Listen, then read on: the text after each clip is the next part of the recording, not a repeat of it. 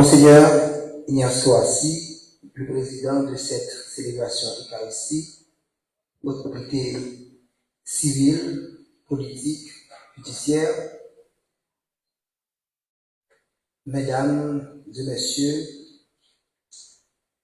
la famille implorée par ce deuil, les différentes délégations, amis, les internautes, il a fallu un instant pour tomber cette tête, mais 100 ans ne suffiraient pour en produire une telle de ses semblables.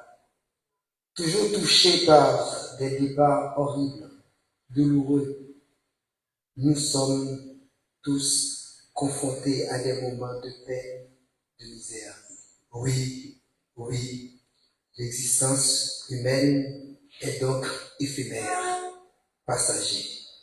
Nos passages sur terre sont si courts, on se demande quelques moments encore pour jouir, travailler ou bien reproduire. Mais hélas, elle arrive toujours en fureur, nous fait pleurer, gémir. Ce phénomène naturel brûle tous nos rêves sans laisser de traces. Mesdames et messieurs, Hans Berlanger est également touché par cette loi naturelle horrible, pénible, cruelle. Né le 6 novembre 1965 à Cavaillon, il est l'aîné de la famille modeste de 6 enfants, Nagla, Evans, Myrlène, Natacha, et 9 demi-frères et sœurs. Dès 3 ans, il fréquentait l'institution Les Sœurs Charité Marguerite Jouville et fut 2e lauréat de sa promotion du CEP. Brillant écolier, toujours croyant en éducation, il rentrait au collège Saint-Jean-d'Écaille, il fait ses études de la 6e secondaire à la 3e. Puisque toute la famille était émigrée à Port-au-Prince dans les années 80, il fréquentait le lycée Jean-Jacques Dessalines de seconde à la philo. Dès 23 ans, il a déjà son diplôme en ingénieur civil. Jeune garçon. Oui.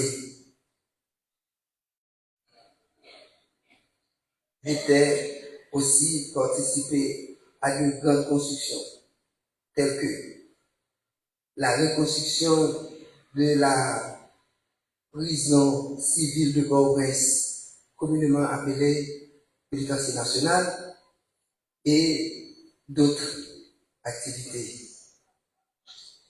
Il a également construit l'immeuble de la Sogebank à Delma 48.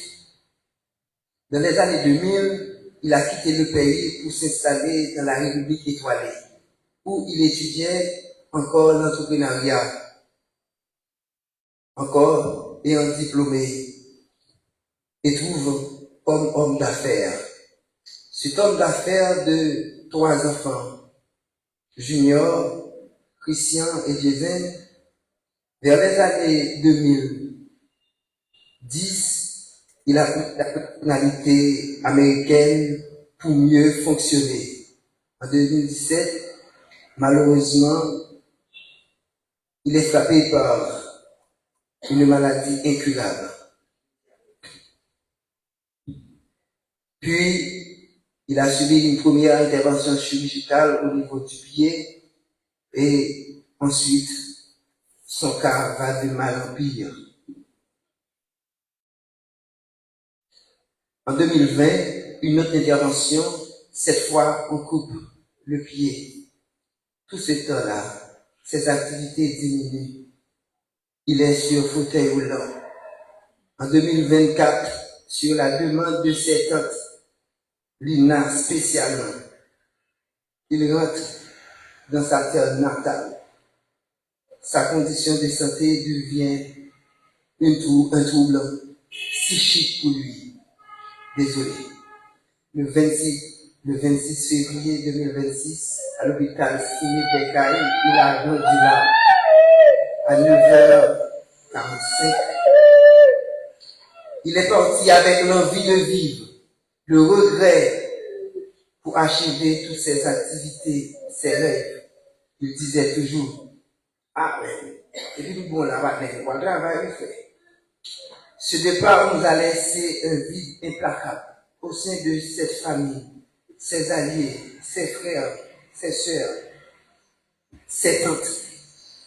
La mort détourne l'homme de ses projets, de ses rêves. Tout a basculé en un instant. Cette loi sans pitié nous comble de chagrin, de peine. Mais l'assurance dans le Christ nous réconforte, car, dit-il, la mort est un gain pour nous les chrétiens. Ingénieur Hans, mon pareil, a vécu seulement 60 ans et 3 mois. Que la terre lui soit légère. Un remerciement spécial au clergé de la paroisse, à la chorale La Sainte Famille, aux musiciens, à l'entreprise Bethléem et à toutes les délégations venant de partout. Et tout le monde qui était venu supporter la famille. Mais un remerciement spécial qui sortit dans le cœur pour deux monde que nous avons vécu, nous avons ouais, c'était Jocelyne avec Luna, qui était barons, tout support. Merci.